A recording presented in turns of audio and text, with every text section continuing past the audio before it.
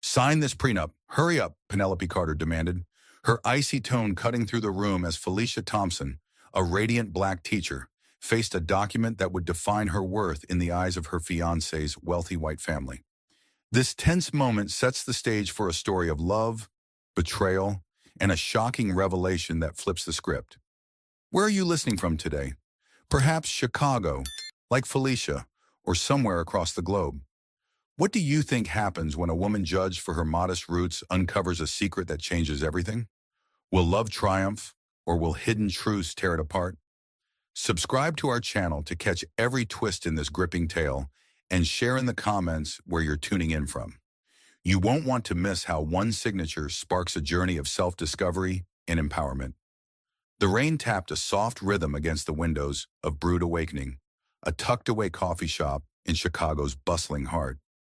Felicia Thompson sat at her usual corner table, a fortress of spelling tests and red pens spread before her. At 28, she was a vision, her dark skin glowing under the warm cafe lights, her tight curls pulled back to reveal sharp cheekbones and eyes that sparkled with quiet determination. Teaching third grade at Maple Grove Elementary was her calling. The modest paycheck couldn't dim the thrill of watching a child's face light up when they cracked a tricky fraction or read their first chapter book aloud.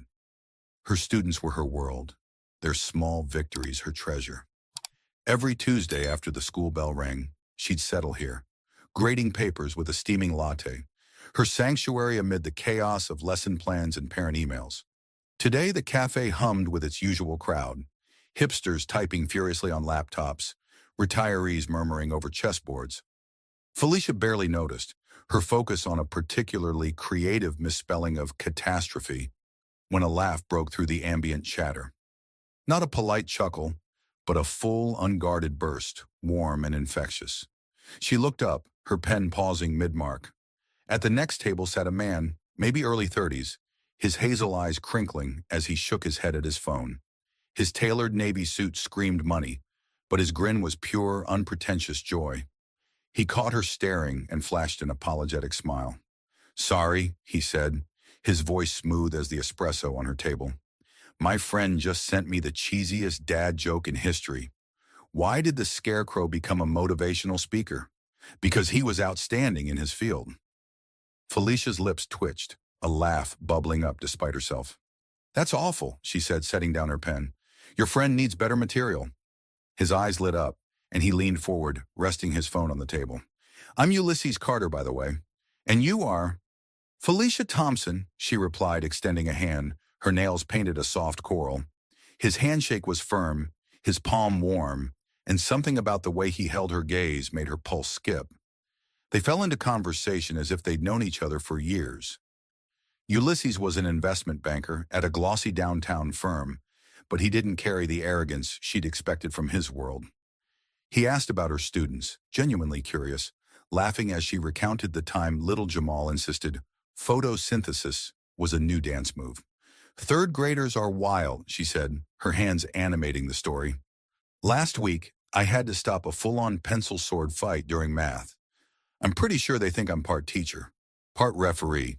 Ulysses threw his head back, laughing again, and Felicia felt a warmth she hadn't expected. He shared stories of his own, late nights crunching numbers, clients with egos bigger than their portfolios, but always circled back to her. "What's it like seeing a kid get it for the first time?" he asked, leaning closer, his cufflinks glinting under the cafe's pendant lights. She told him about Maria, a shy girl who'd beamed brighter than the sun when she read her first full sentence.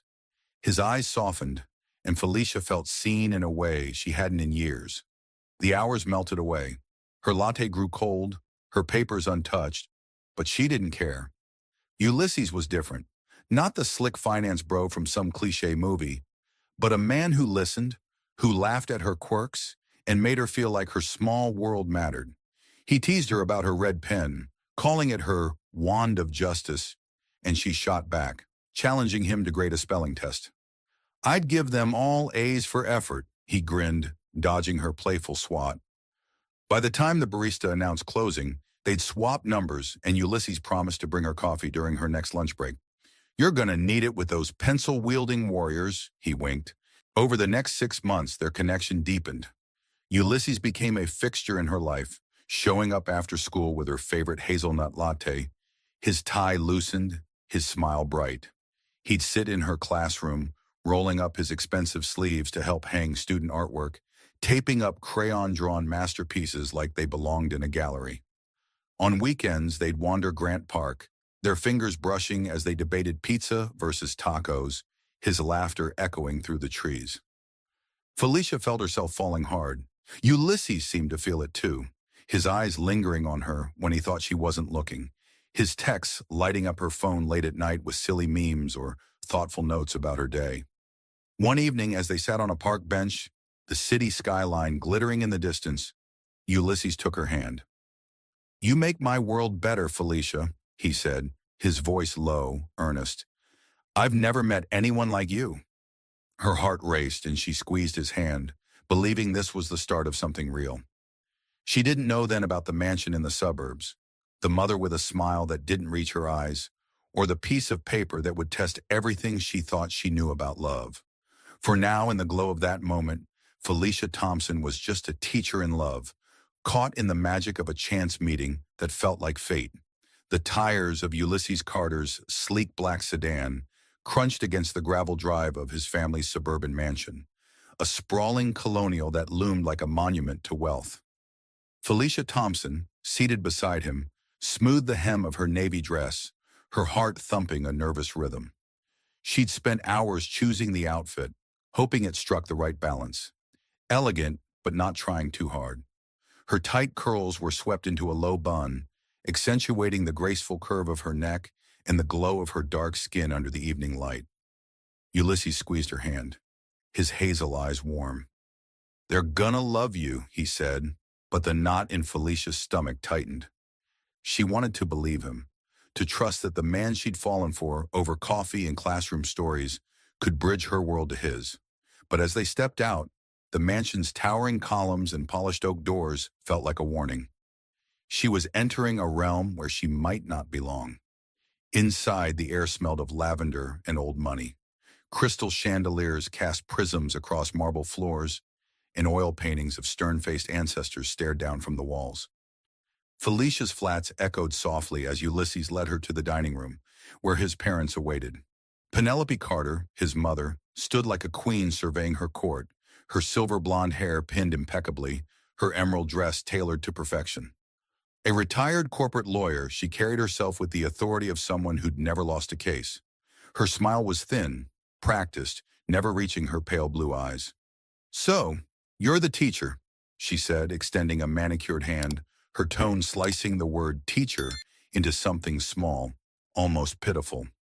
Felicia shook her hand, forcing a smile, her skin prickling under the weight of that gaze. Walter Carter, Ulysses' father, offered a warmer greeting. His graying hair and kind eyes softened the room's chill, but his glance toward Penelope betrayed his deference to her. A real estate magnate, he moved with quiet confidence, asking Felicia about her day as they sat at a mahogany table set with bone china and silver cutlery. The spread was lavish: roasted lamb, glazed asparagus, a bottle of wine that probably cost more than Felicia's monthly rent. She tried to focus on the food, but Penelope's presence was a spotlight, scrutinizing every move. "Teaching must be so noble," Penelope said, slicing her lamb with surgical precision. "Spiritually rewarding, I mean. The hours must be nice, even if the pay, well." She trailed off, her lips curving into a smile that felt like a blade. Felicia's fork paused midair. The jab landed, sharp and deliberate, cloaked in politeness. She forced a laugh, her voice steady despite the heat rising in her chest. "It's not about the pay," she said. "It's about the kids. Seeing them light up when they get something new. That's worth more than a paycheck." Walter nodded, asking about her students, his interest seeming genuine. "What's your favorite lesson to teach?" he asked, and Felicia seized the chance to shift the mood, describing how she turned fractions into a game with pizza slices, her hands gesturing animatedly. Ulysses chuckled, his hand brushing hers under the table, a small anchor in the storm of Penelope's scrutiny. But Penelope wasn't done. "It's admirable, really," she said, sipping her wine, "choosing such a modest path. I suppose it suits some people."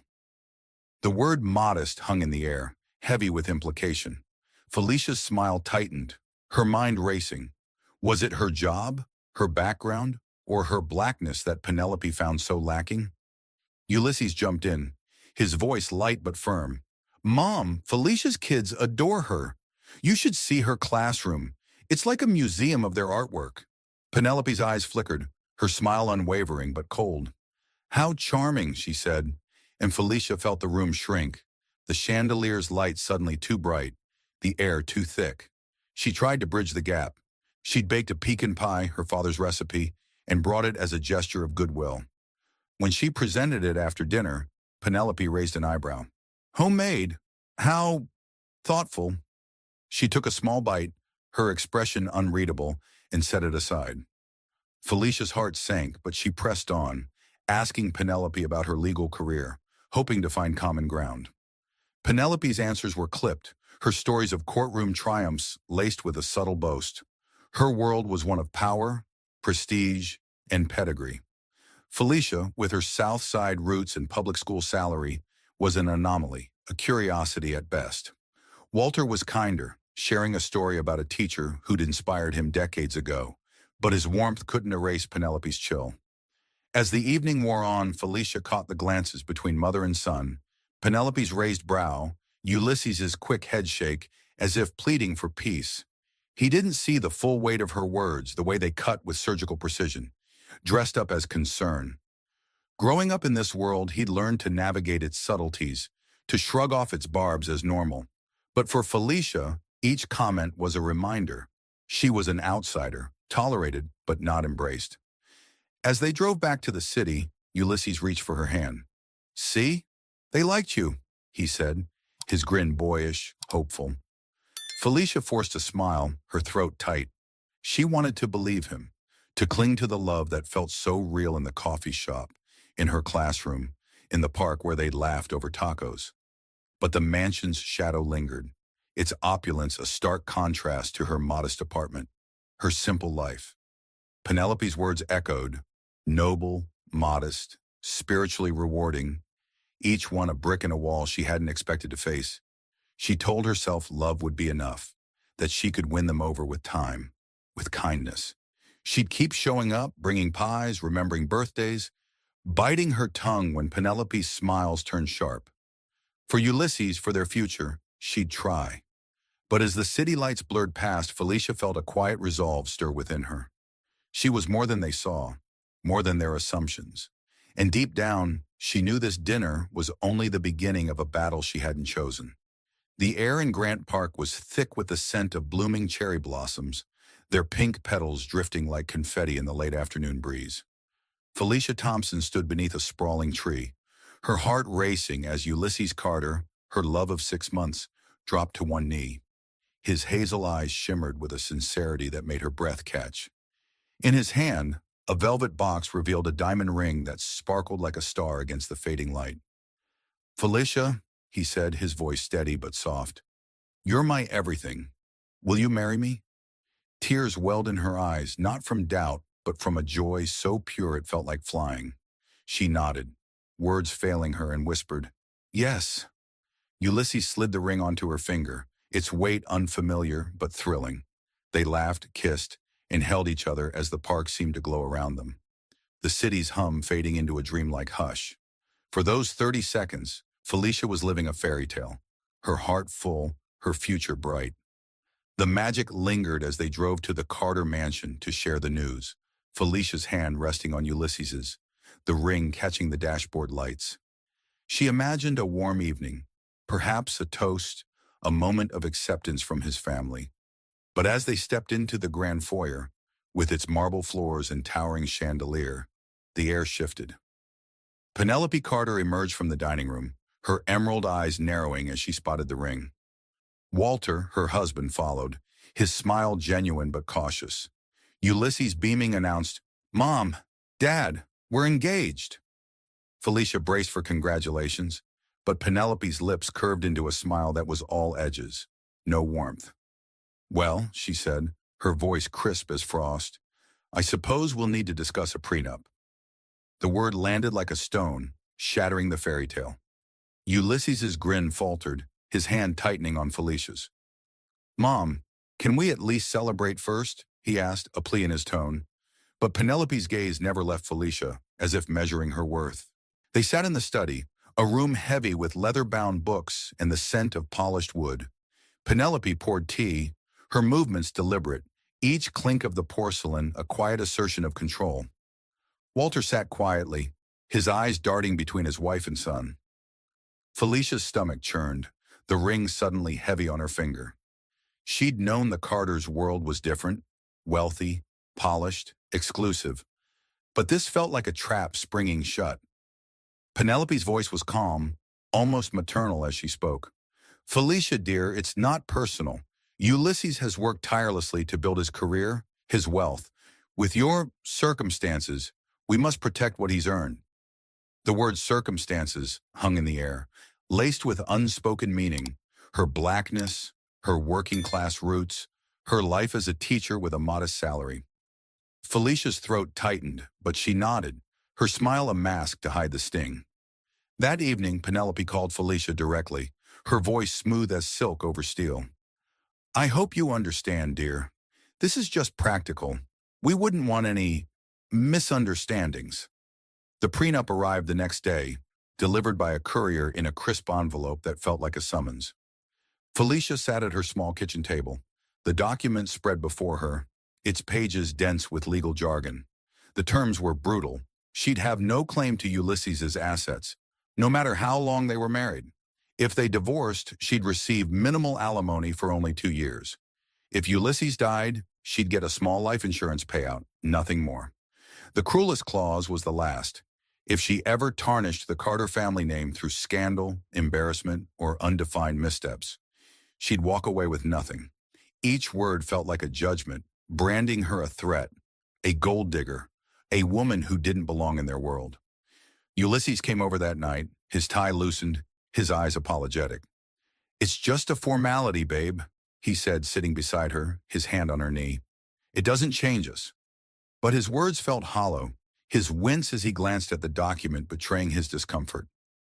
Felicia stared at the pages, her heart a tangle of love and doubt. She loved Ulysses, the man who brought her coffee, who taped up her students' artwork, who made her laugh until her sides ached. But this prenup wasn't about love. It was about power, about Penelope's belief that Felicia was less, that her love was suspect. "Why does it have to be like this?" she asked, her voice barely above a whisper. Ulysses sighed, running a hand through his hair. "It's my mom. She's protective. It's not about you." But it was about her, and they both knew it. Felicia's fingers trembled as she held the pen, the prenup glaring up at her. She wanted to fight, to tear it up, to demand Ulysses stand up to his mother. But love made her hesitate. She thought of their moments together, the park, the coffee shop, the way his eyes lit up when she smiled. Maybe this was the price of their future, a test she could endure. She signed, her tears blotting the ink, each stroke of the pen a surrender to Penelope's world. Ulysses pulled her close, whispering promises that felt fragile against the weight of that signature. Outside, the city hummed, indifferent to the battle in her heart. Felicia clung to the hope that love would be enough, that she could prove her worth beyond their doubts. But as she lay awake that night, the prenup's clauses echoed, a quiet warning that this was only the beginning of a fight she hadn't chosen. The lawyer's office was a sterile cage of glass and steel, its floor-to-ceiling windows framing Chicago's skyline, like a taunt of freedom beyond Felicia Thompson's reach. She sat across a polished mahogany desk, the prenup spread before her like a verdict waiting to be signed. At 28, her beauty was undeniable.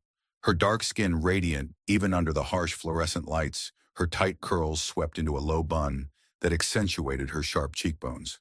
But today, her eyes, usually bright with the spark of teaching third graders, were clouded with doubt. The document's pages, crisp and unyielding, seemed to pulse with Penelope Carter's presence, though the retired lawyer sat just a few feet away, her emerald dress as immaculate as her composure. Penelope's smile was a practiced curve, smug and unyielding, her pale blue eyes watching Felicia like a hawk circling prey. The lawyer, a gaunt man with a voice like dry paper, droned through the prenup's clauses. No claim to Mr. Carter's assets, regardless of marital duration, he intoned, adjusting his glasses. In the event of divorce, alimony is limited to 2 years at a predetermined rate.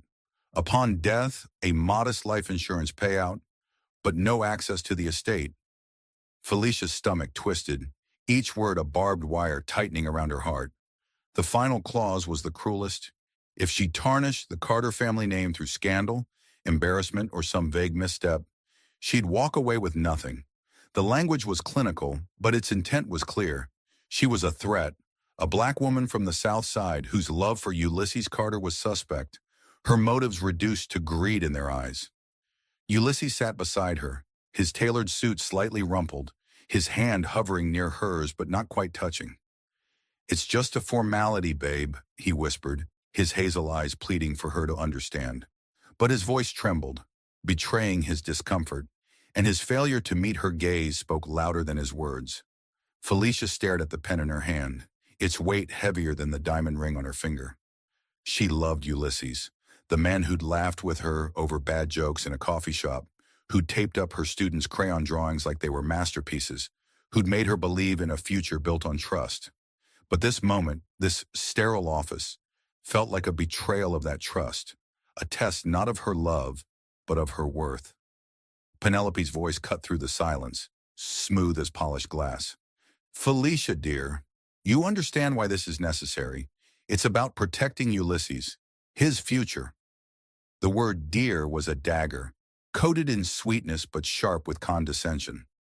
Felicia's throat tightened, her mind flashing to the dinner at the Carter mansion, where Penelope's subtle jabs, noble, modest, spiritually rewarding, had painted her as less. She wanted to scream, to tear the document to shreds, to demand why her love was seen as a transaction to be policed. But the weight of Penelope's gaze, the lawyer's impatient tapping, and Ulysses's silence pressed down on her, a suffocating reminder of the world she was marrying into. Why does it have to be like this? Felicia asked, her voice low, trembling with a mix of hurt and defiance. Ulysses shifted, his hand finally finding hers, but his touch felt fragile, like a promise he wasn't sure he could keep. It's my mom, he said, his voice barely above a whisper. She's just cautious. It doesn't mean anything about us. But it meant everything. It meant the Carters saw her as a gold digger, a woman whose background, black, working class, a teacher with a modest salary, made her unworthy of their trust. It meant Ulysses, the man she loved, wouldn't stand up to his mother's prejudice, choosing peace over her dignity.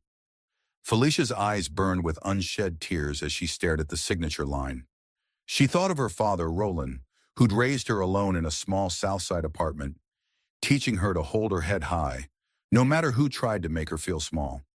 She thought of her students, their trusting faces, the way they looked to her for strength. Signing this prenup felt like betraying that strength, admitting she was exactly what Penelope thought, a woman who needed to be contained, controlled, kept in her place. But love, fierce, stubborn love, made her hesitate. She saw Ulysses's smile in the park, heard his laughter in her classroom, felt his hand in hers under a cherry tree. Maybe this was the price of their future, a hurdle she could clear to prove her love was real. Her hand shook as she lifted the pen, the room shrinking to the sound of her heartbeat. The lawyer's pen scratched as he made a note. Penelope's smile widened, and Ulysses's breath caught, as if he sensed the gravity of this moment. Felicia's tears fell, blotting the paper, each drop a silent protest against the injustice of it all. She signed her name, Felicia Thompson, in slow, deliberate strokes, each letter a wound she inflicted on herself. The ink dried, sealing her into a contract that branded her as less, a threat to be neutralized. Penelope's satisfaction was palpable, her smile a victory lap in a game Felicia hadn't known they were playing. Thank you, dear, she said, her voice dripping with false warmth. This is best for everyone. Ulysses pulled her close as they left the office, his arm around her shoulders, but the gesture felt hollow. It's over now, he murmured, as if words could erase the humiliation. Felicia nodded, her tears drying, but her heart was a storm of anger and resolve. She'd signed for love, to prove she wasn't what they thought, but the act had cracked something inside her. The city's lights blurred past as they drove, the prenup's weight heavier than the ring on her finger. She clung to the hope that Ulysses's love would outweigh his family's prejudice, that she could endure this test. But deep down, a quiet fire sparked, a determination to never again let anyone make her feel small. The signature was done, but Felicia Thompson's fight was just beginning. The hospital room was a sterile prison of beeping monitors and antiseptic air, the fluorescent lights casting stark shadows across Felicia Thompson's face. At 28, her beauty remained striking, her dark skin glowing faintly despite the exhaustion etched into her features, her tight curls tucked under a scarf as she sat vigil by her father's bedside. Roland Thompson, her anchor since she was 6, lay frail beneath a thin hospital blanket, his once strong frame diminished by a sudden heart attack at his office. The man who'd raised her alone in their modest Southside apartment, who never missed her school plays or science fairs, was slipping away. Felicia held his hand, her fingers tracing the calluses earned from years of what she thought was a mundane clerical job. His breasts were shallow, each one a fragile thread tethering him to her world. Roland's eyes fluttered open, their familiar warmth piercing through the haze of pain. "Baby girl," he whispered, his voice a gravelly shadow of its former strength. "When this is over, go to First National. Safety deposit box, everything's there." Felicia's heart clenched, confusion mingling with grief. "Dad, don't talk like that," she said, her voice cracking. "You're gonna be fine." But Roland squeezed her hand, a faint smile tugging at his lips. "Just promise me," he murmured. She nodded, tears spilling down her cheeks, unable to imagine a world without his steady presence. Ulysses Carter, her fiancé, sat quietly in the corner, his hazel eyes soft with concern. He'd been there for 3 days, bringing her coffee, rubbing her shoulders, his tailored suit rumpled from sleepless nights. His quiet support reminded her why she loved him, why she'd signed that brutal prenup, despite its sting. Hours later, Roland's hand went limp, the monitors flatlining into a piercing wail. Felicia's world shattered. She clung to his hand, sobbing, as nurses gently ushered her away. Ulysses held her, his arms a lifeline as she wept, her grief a raw, untamed storm. The funeral was simple, held in a small Southside church Roland loved, its pews filled with neighbors, a few of Felicia's fellow teachers, and colleagues from his office job she barely knew.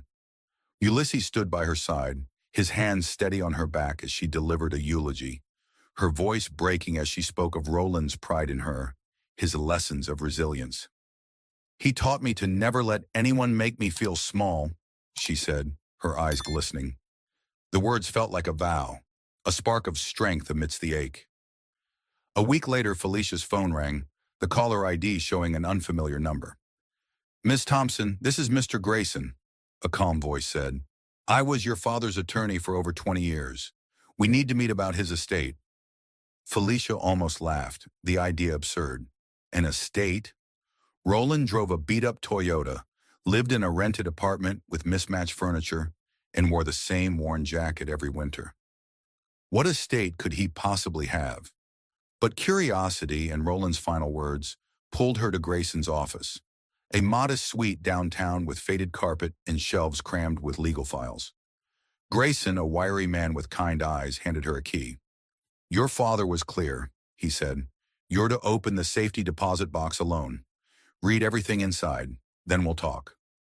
Felicia's hands trembled as she drove to First National, the key heavy in her pocket. The bank was an imposing relic, its marble columns and brass fixtures radiating old-world gravitas. A clerk led her to a vault where the safety deposit box waited, larger than she'd expected. Her heart pounded as she turned the key, the metal lid creaking open to reveal a trove that stole her breath. Inside were neatly organized documents, photographs, and handwritten letters, each item a piece of a puzzle she'd never known existed.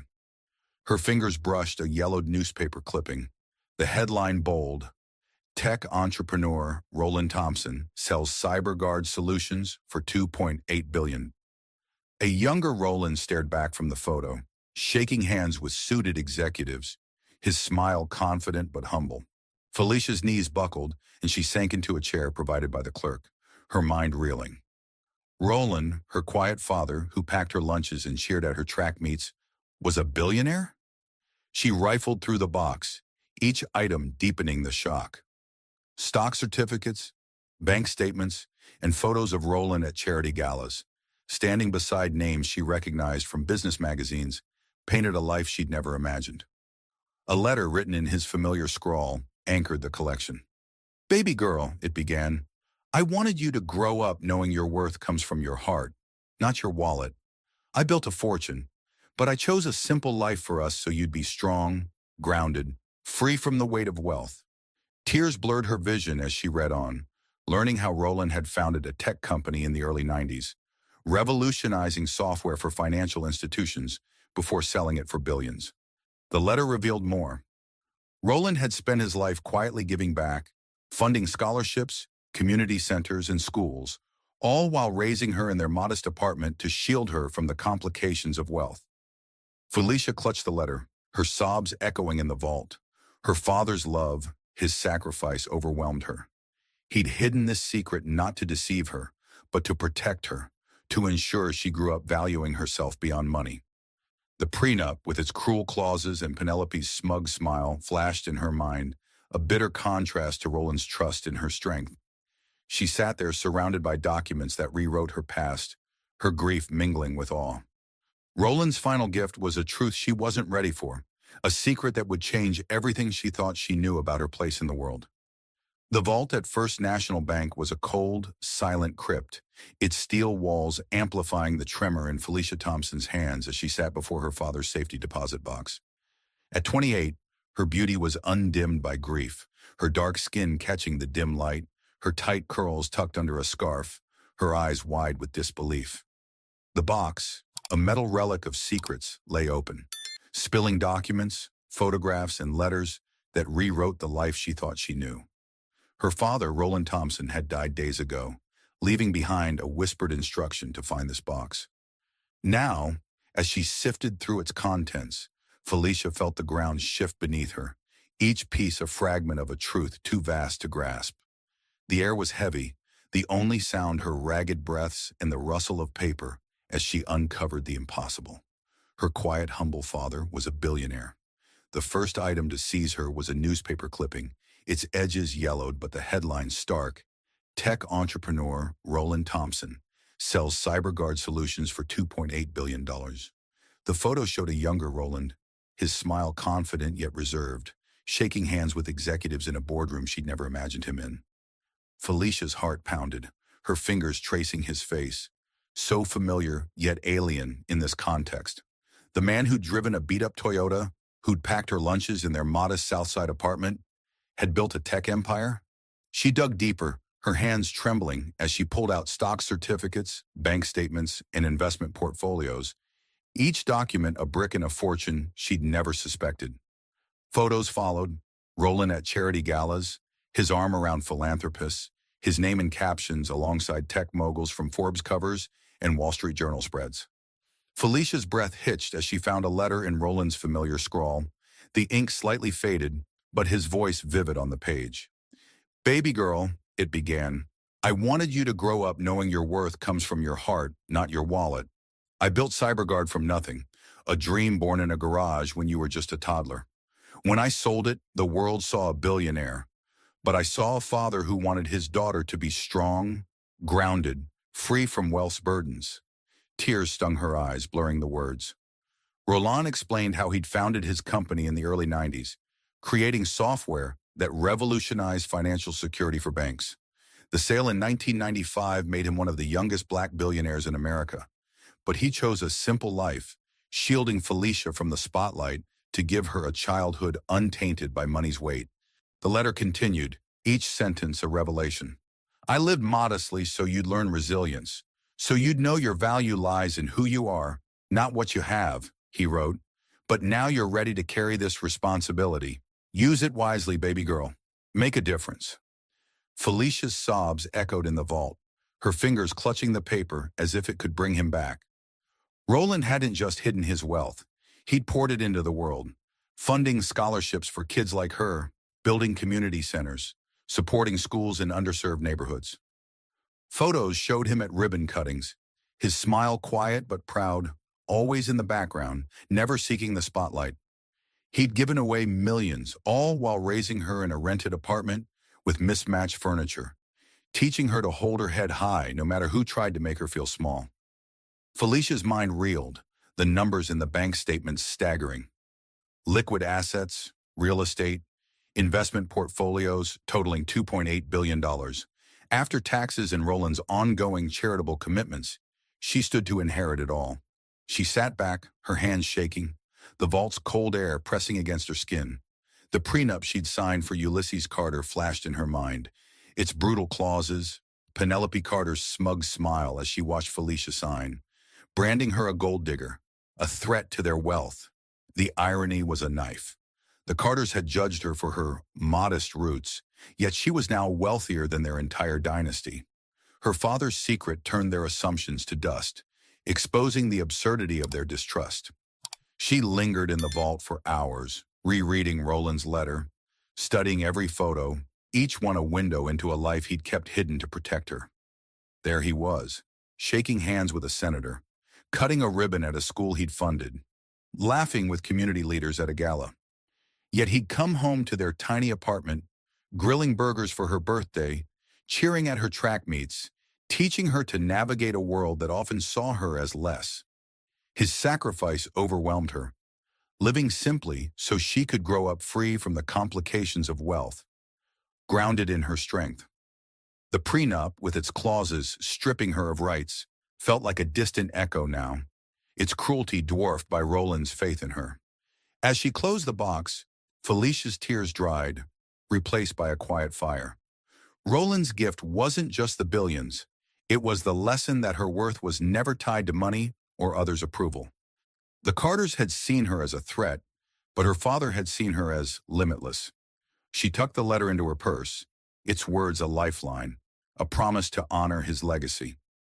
The vault door clicked shut behind her, the bank's marble halls looming as she stepped into the light. Felicia Thompson was no longer just a teacher, no longer just Ulysses's fiancée. She was the daughter of a man who'd built a fortune and given it away, a woman whose value no document could define. The world she'd known was gone, and a new one, vast, daunting, hers, was waiting. The Carter Mansion's dining room gleamed with opulence, its crystal chandelier casting prisms across a mahogany table laden with fine china and a spread of roasted duck and herb risotto. Felicia Thompson, radiant at 28, her dark skin glowing under the soft light, sat with a quiet confidence that belied the storm within her. Her tight curls were swept into an elegant updo, accentuating the sharp lines of her cheekbones. But her eyes held a new fire, kindled by the revelation of her father's $2.8 billion legacy. She'd come to this dinner not as the modest teacher the Carters had judged, but as a woman transformed by truth, her inheritance a secret weapon tucked beneath her composed exterior. Ulysses Carter, her fiancé, sat beside her, his hazel eyes flickering with nervous pride, unaware of the bombshell she carried. Across the table, Penelope Carter presided like a queen, her silver blonde hair impeccable, her smile a polished mask of condescension. The air was thick with the usual tension, Penelope's voice slicing through the clink of silverware. "Felicia, how's teaching?" she asked, her tone dripping with false warmth, as if Felicia's job were a quaint hobby. "It must be so rewarding in its way." The jab was familiar, a reminder of the Carters' view of her as less black, working class, unworthy of their world. Felicia smiled, her heart steady, and decided it was time. "Actually," she said, her voice calm but deliberate, "I'm taking some time off. I've got family business to handle, financial advisors, that sort of thing." Penelope's eyebrow arched, her lips curving into a patronizing smirk. "Oh, how sweet," she said, patting Felicia's hand like a child who'd found a dollar. "It's nice to have a little something saved, isn't it?" Felicia's pulse quickened, but her smile didn't waver. She reached into her purse, her movements slow, deliberate, and slid a folder of bank statements across the table. The numbers, $2.8 billion in assets, investments, and properties, stared up like a challenge. The room fell silent, the clink of Walter Carter's wine glass halting midair. Penelope's face drained of color, her eyes darting over the figures as if they were a foreign language. Walter, usually reserved, coughed, his wine catching in his throat. Ulysses stared, his mouth slightly agape, the papers trembling in his hands. "Felicia," he whispered, "what is this?" She met his gaze, her voice steady as steel. "My father was Roland Thompson, founder of CyberGuard Solutions. Maybe you've heard of him." The name landed like a thunderclap, the weight of her father's tech empire reshaping the room. Penelope's composure cracked, her lips parting in a stammer. "There must be some mistake," she said, her voice thin, almost pleading.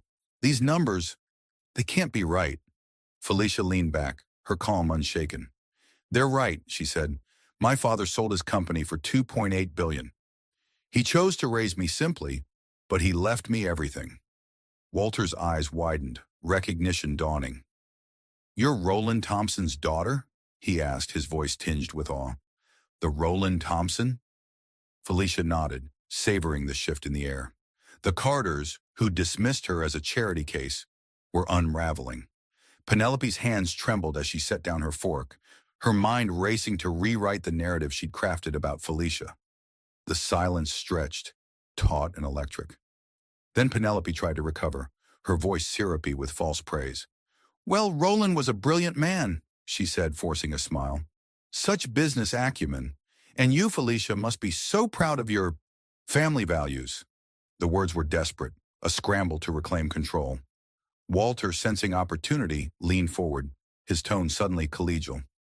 "What was CyberGuard's core innovation? I read about their encryption algorithms." "Groundbreaking," Felicia answered coolly, detailing her father's work as if she'd always known it, though the truth was still raw, a wound and a gift intertwined. She watched the Carters' faces, Penelope's forced warmth, Walter's eager curiosity, Ulysses' stunned silence, and felt a quiet power settle within her. Ulysses finally spoke, his voice low, almost wounded. "Why didn't you tell me?" he asked, his eyes searching hers. Felicia's heart tightened, but her resolve held firm. "I wanted to know who you were when I had nothing," she said, her words cutting through the room's pretense. "I wanted to see if you'd defend me against your mother's doubts." His silence at past dinners, his failure to challenge Penelope's slights, hung between them like a verdict. Ulysses looked away, his jaw tight, the weight of his inaction dawning. Penelope, sensing the moment's fragility, tried to pivot, her voice bright with false enthusiasm. "This changes everything, doesn't it? We should celebrate. Perhaps a family trip. Or—" Felicia cut her off with a raised hand, her gaze unwavering. "What's changed, Penelope?" she asked. "My bank account, or the way you see me?" The question hung, unanswered, as the Carters squirmed. Penelope's smile faltered, Walter busied himself with his napkin, and Ulysses stared at the table, his hands clenched. Felicia's mind flashed to the prenup, its clauses branding her a threat, a gold digger. Now, with her father's billions behind her, the document was a cruel irony, a testament to the Carters' misjudgment. She didn't gloat, didn't need to. The truth was enough, its weight reshaping the room's power. She'd walked in as the outsider, the teacher they pitied, but now she was Roland Thompson's daughter, a woman whose worth dwarfed their own. As the dinner ended, Penelope's invitations to future events felt hollow, Walter's questions desperate, and Ulysses' silence deafening. Felicia stood, her head high, her father's legacy a fire in her veins. The Carters had underestimated her, but the truth had set her free. The Chicago skyline glittered through Felicia Thompson's apartment window, a constellation of lights that felt both familiar and distant. At 28, her beauty was a quiet force, her dark skin radiant in the soft glow of a single lamp, her tight curls loose around her shoulders, her eyes burning with a resolve forged by truth. The revelation of her father's $2.8 billion legacy had shifted her world, but the prenup she'd signed for Ulysses Carter still lay in a drawer, its inked clauses a stark reminder of the Carters' distrust. Now as she sat on her worn couch, the diamond ring Ulysses had given her rested in her palm, its sparkle dulled by the weight of what it represented. Her heart, once tethered to his, was unraveling, each thread snapping under the strain of his silence, his family's prejudice, and her awakening. Ulysses sat across from her, his tailored suit rumpled, his hazel eyes pleading. "Felicia, we can fix this," he said, his voice low, almost desperate. "Let's tear up the prenup. Start over. We love each other, don't we?" The words hung between them, fragile as glass. Felicia's gaze hardened, her father's letter echoing in her mind. "Your worth comes from your heart, not your wallet." She thought of the dinners at the Carter mansion, Penelope's cutting smiles, the way Ulysses had let her slight slide, choosing peace over her dignity. "Would you have loved me differently if I'd told you sooner?" she asked, her voice steady but sharp. "Would your mother have respected me? Or would you have just found new ways to let me feel small?" Ulysses's silence was an answer, his jaw tight, his eyes dropping to the floor. The relationship limped on for weeks, each day a battle against the truth. Ulysses couldn't reconcile Felicia's wealth, which dwarfed his family's, nor the role reversal it forced. He'd fallen for the idea of being her savior, lifting her into his world. Now with her billions, he was adrift, his identity shaken. Penelope's attempts to mend the rift were transparent. Invitations to charity galas, sudden praise for Felicia's strength that reeked of opportunism. At a tense coffee meeting, Penelope's voice dripped with false warmth. "You're practically family now," she said, her emerald dress as pristine as her agenda. Felicia saw through it. Penelope didn't value her. She valued her bank account. The realization was a cold clarity, sharpening her resolve to walk away. One evening, Felicia met Ulysses at their favorite park bench, the cherry tree now bare, its branches stark against the dusk. She handed him the ring, its weight no longer hers to carry. "The man I loved wouldn't have let me sign that prenup," she said, her voice calm but unyielding. "He'd have stood up to his mother, seen my worth before he knew my net worth."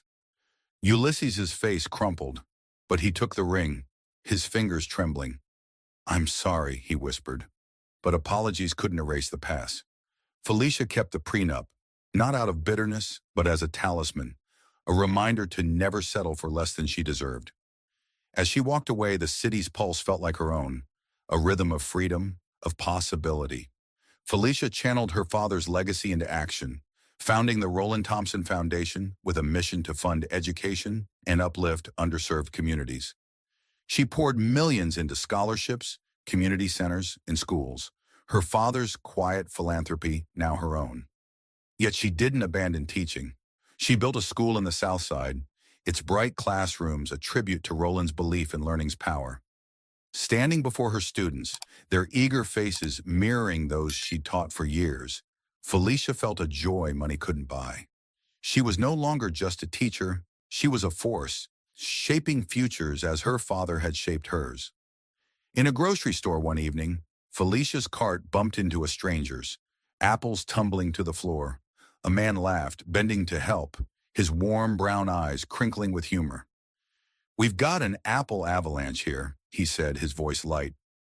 Marcus, a social worker with a quick wit and a heart as big as a city, knew nothing of her wealth. They talked for hours, laughing over spilled fruit, swapping stories of their work, his with foster kids, hers with her students. Marcus saw her, not her billions, his admiration rooted in her spirit, her laugh, the way she lit up when she spoke of her classroom. He stood by her fiercely, his loyalty unshaken by the world's judgments, a stark contrast to Ulysses's wavering. Felicia's heart, once bruised, began to heal. Marcus didn't need to save her. He simply loved her, his presence a steady warmth. Roland's gift wasn't just the billions. It was the lesson that true wealth lay in knowing her worth, untethered to others' approval. The prenup, meant to protect Ulysses, had saved Felicia from a family that couldn't see her value. It was her most profound education, a lesson in self-worth she'd carry forever. As she stood in her new school, watching her students draw dreams in crayon, Felicia felt her father's pride, her strength, and the promise of a life built on her terms. The morning sun spilled through the wide windows of a cozy Chicago brownstone, casting golden patches across a living room cluttered with crayons, stuffed animals, and a pair of tiny sneakers tossed haphazardly by the couch. The black woman, now 30, stood at the heart of this joyful chaos, her long black hair tied loosely in a braid, her dark skin glowing with a warmth that came from within. Her beauty was undimmed, softened by a radiant peace, her eyes sparkling as she watched two identical 4-year-old girls, her twin daughters, giggle over a tower of colorful blocks. Their tight curls bounced as they babbled, their laughter a melody that filled the home with life. This was her sanctuary, a world she'd built on her terms, far from the cold marble of the Carter mansion and the sting of a prenup that once tried to define her worth. Marcus, her husband, entered the room, his brown eyes crinkling with a grin as he balanced a tray of pancakes shaped like hearts. A social worker with a heart as big as the city, he wore a faded t-shirt and jeans, his presence a steady anchor in their vibrant home. He'd fallen for her laugh in a grocery store, knowing nothing of her $2.8 billion inheritance, and loved her fiercely for who she was, a woman of strength, grace, and unshakable resolve. "Breakfast fit for my queens," he announced, setting the tray on a low table as the twins, Amara and Aisha, squealed and scrambled over. The woman knelt beside them, her bold gold bracelet glinting as she cut their pancakes, her large hoop earrings swaying with each laugh. This was family, not the calculated alliances of wealth, but a bond woven from shared moments and unconditional love. The twins were a whirlwind of energy, their identical faces lit with curiosity.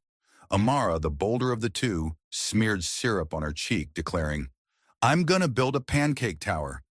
Aisha, quieter but mischievous, giggled and added a strawberry to the structure, toppling it into a sticky mess.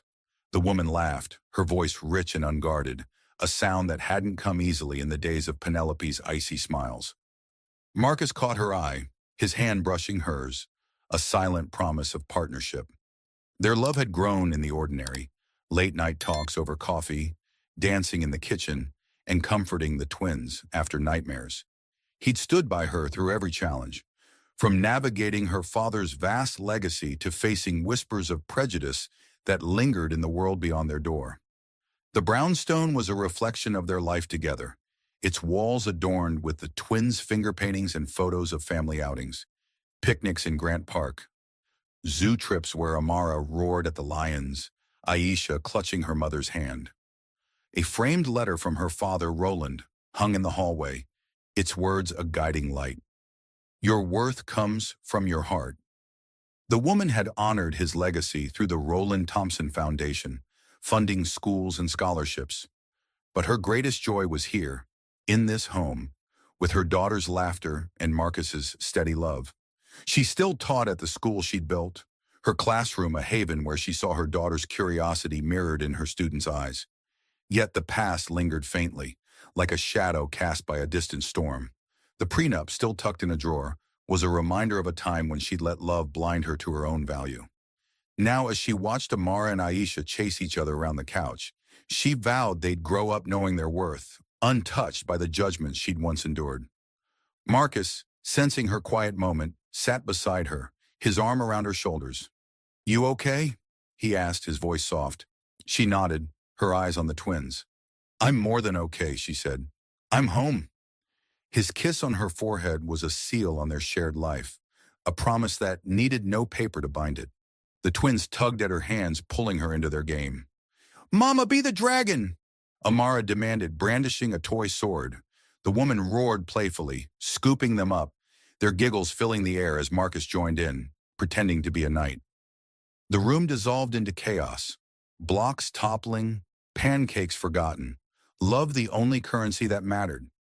This was the wealth her father had wanted for her, not the billions, but the freedom to live authentically, surrounded by those who saw her true value. The Carter's world, with its chandeliers and cold contracts, felt like a distant memory, a lesson that had forged her strength but no longer defined her. As the sun climbed higher, the family settled on the couch, the twins nestled between them, syrup-sticky fingers clutching a storybook. The woman read aloud, her voice weaving tales of brave princesses, her daughter's eyes wide with wonder. Marcus's hand rested on hers, their fingers entwined, a quiet testament to a love that needed no proof.